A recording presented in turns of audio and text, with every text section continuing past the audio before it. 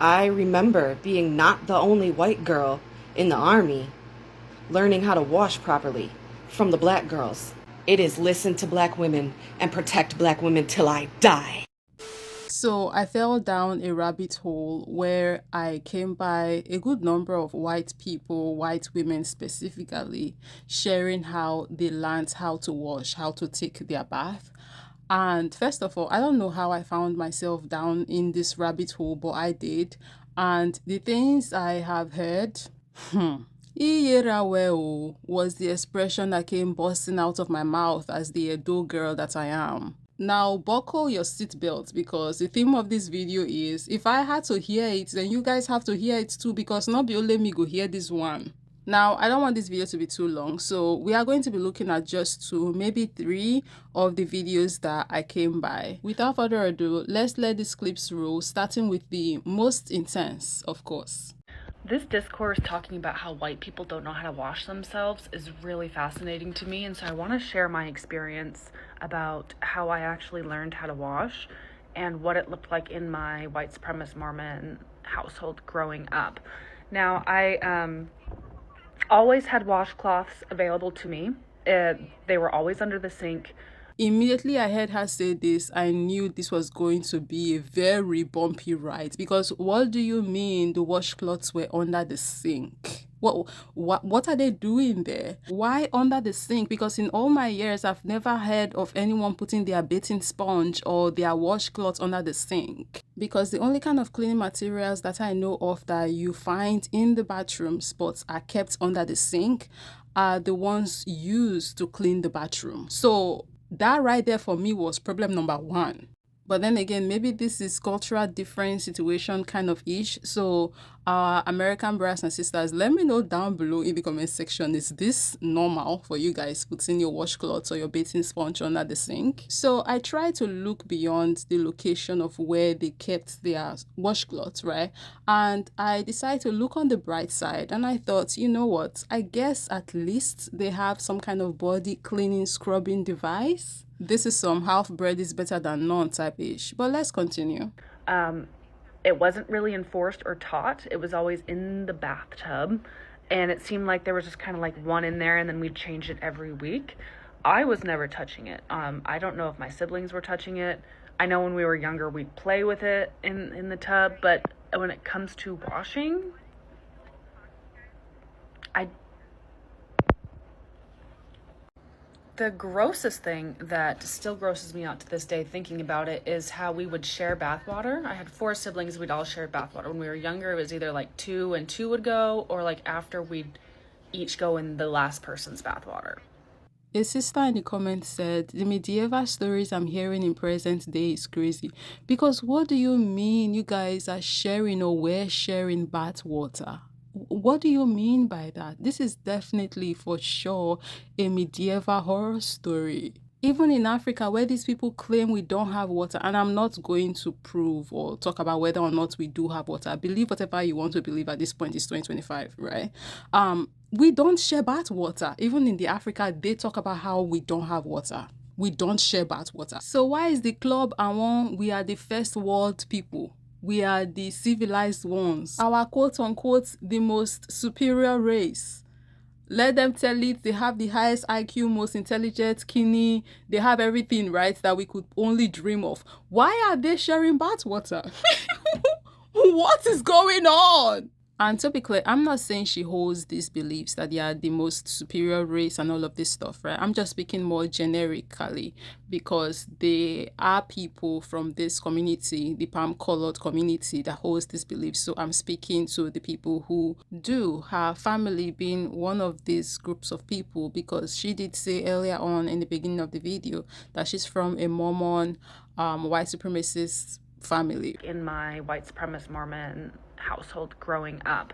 So me saying all of this is to kind of point out the hypocrisy, the irony, and the cognitive dissonance at play here. Because how is it that you believe that you are the quote-unquote superior race, but this is what you are doing? Like, come on. What you are doing is proving that you are the opposite of superior. I mean, I personally don't believe that any race is superior and any race is inferior, but if we should go by these people's dumb logic, like brain cell lacking logic here, if there is a superior race, that's not going to be you, judging by how you don't even have the common sense of how to clean properly and how to clean your kids properly and pass, good hygiene onto your kids. The grossest thing was my older sister. We're 22 months apart.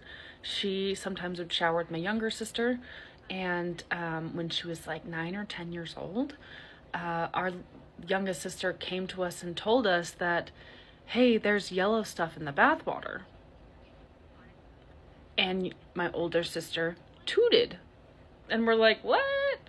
We ended up getting out of my older sister that she was peeing in the bathwater. Now, mind you, me and her are 22 months apart. We shared bathwater my entire childhood.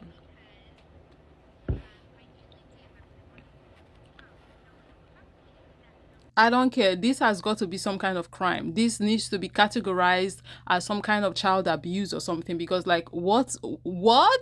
And to be honest, I cannot help but feel bad for her younger self, her and her siblings when they were younger. Like, that's not something that kids should have to experience, not having to clean properly. Just imagine how they'll be smelling. Just think about it. Like, and the other kids, because we know kids are not the nicest, right? Not all kids for sure, but you guys know what I mean. Kids can be mean sometimes. They probably got teased a lot or worse, bullied in school, because there's no way they were not smelling. There's just no way, because they're not clean. They were bathing with pee water, guys.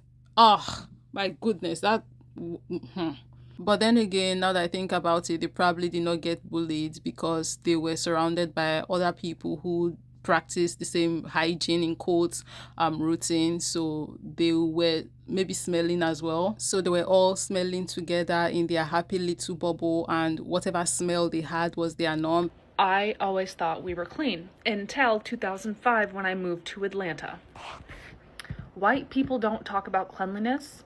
White people don't talk about cleaning themselves. White people don't talk about lotion. White people don't talk about their hair nearly to the scale that the black community does. I went there and I was dumbfounded by how much they held each other accountable to their appearances. Nails, hair, everything pristine all the time. And my mom, I felt like, was very much like that growing up. But it felt like this was like up like 10 notches. So that's kind of where I learned most of the things you should be doing, like moisturizing after you shower. I learned that in Atlanta. Imagine having to go across state lines to learn how to properly bathe because you had parents who did not teach you, equipped you with the skill, the knowledge you need to know how to do this yourself from home. Like, this is no shade to this lady in question, because I don't fault her for this. I fault the parents 100%. Thankfully, now she knows how to properly clean herself thanks to the black community in Atlanta. Shout out to the black community in Atlanta, by the way. You guys are doing the Lord's work out here. But quite frankly, this is one very courageous young lady, because, like, coming on the internet to share this kind of information, you cannot beat this kind of information out of me if I were her. I mean, there's no way I can be her, because I have an African mom, and those people take cleanness to like a different level. In Africa, they make you bathe 3 times a day. My mom, at least, right? Bathe in the morning, back then growing up, before you go to school. And when we come back from school, we bathe again, because you have to wash outside and all of the sweat and stuff that your body picked up from school. You have to wash all of that off before you are fully allowed to be in the house, right? And then before bed, she makes us bathe again. And guess what, guys? Every single time we're done bathing, and I'm saying now bathing because this is the point, we've gotten to the point where we're allowed to bathe ourselves, right? When we were younger, she would bathe us, right? But when we got to that point when we're old enough to bathe ourselves, when we're done bathing, this woman monitors, like she inspects to make sure we bathe properly with like a microscope. My brother, for one, suffered a lot because when he comes back from school, he likes to play with like the other kids in the compound, right? So maybe they're playing ball or whatever. So when he has to bathe in the evening, that guy bathes like 3 times before my mom is satisfied, because when he comes out of the bathroom, she's checking his heel to make sure there's no dirt there in between like the toes. And he was one of those kids who just did not like bathing. This younger brother in question, he's one of those kids who would finish bathing, quote unquote, finish bathing, and you would check that their back is still dry because water did not get there.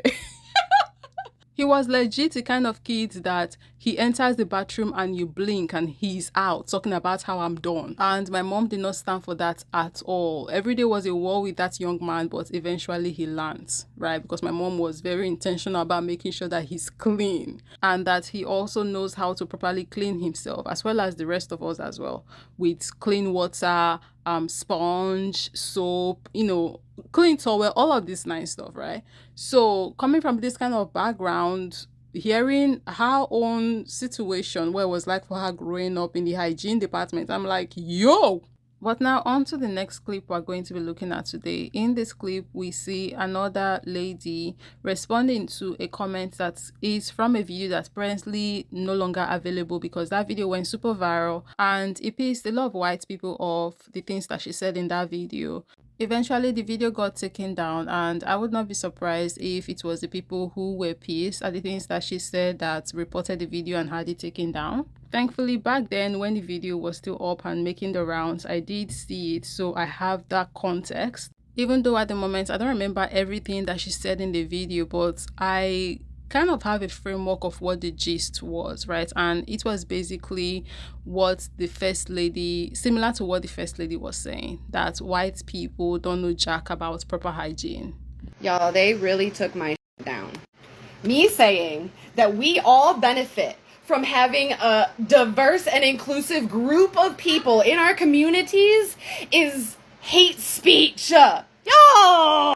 And as you can tell by now, in that initial video that started this whole thing, the one that got taken down, she did reference black people in the video and how they tend to, know how to clean themselves better and how they can learn from black people. A point that a lot of white people did not like very much in the video. So this person came up in the comment section and said, oh, it has nothing to do with race. The fact that women of color are saying white women stink. Imagine the reverse. A reverse that we need not imagine because they have said that before. That and more, might I add, because what have they not said about us? But anyways, moving on. So because they got so pissed by the things that she said in the OG video that got taken down, they were all over the comments fighting for their lives. You're not wrong.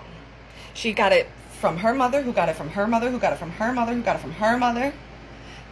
But you know what they all have in common?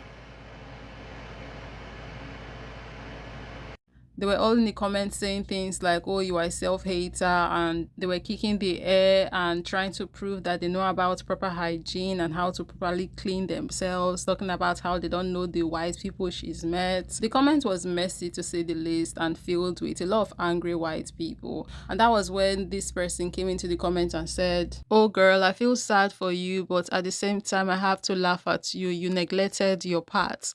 That has nothing to do with culture. Call your mom. And this was her response to that comment. I remember being told that I don't need to scrub my legs because the soap runs down my body. I remember being told that I didn't need to shower today because we had swam at the lake. I remember being told that shampoo is fine because it runs down, it washes everything. I don't remember being told how to clean my vajussi. I remember being not the only white girl in the army learning how to wash properly from the black girls. And they laughed a little bit too, but they stood with us and taught us with love. My mother-in-law has taught me more about myself than my actual mother did. I'm not gonna laugh at you because you don't understand the context of these messages. It is listen to black women and protect black women till I die. As much as I'm happy for them that they eventually learn how to, properly take care of themselves in their adult years, and I am actually thankful because, hello, we go out in the world and we have to come by people, right? So imagine having to deal with the other problems in life that we are dealing with, and now we have to also be dealing with this stank that coming from people because they are not bathing properly. Life is already so hard as it is. I would prefer that when humans, we are out and about in the wild trying to fend for ourselves and, you know, do the things that we do when we're out there. We don't have to now start dealing with, like, you know, the stank coming from individuals, right? So I'm happy that people are learning how to bathe themselves. This is a plus for the world. This is good. We should encourage this. But I also cannot help but think, as an African, and feel annoyed. I'm going to be honest, annoyed by the fact that we were colonized by people who did not know how to bathe properly, who did not know how to properly wash themselves. Like, when I think about it, and this conversation is going down a path that I did not even prepare for.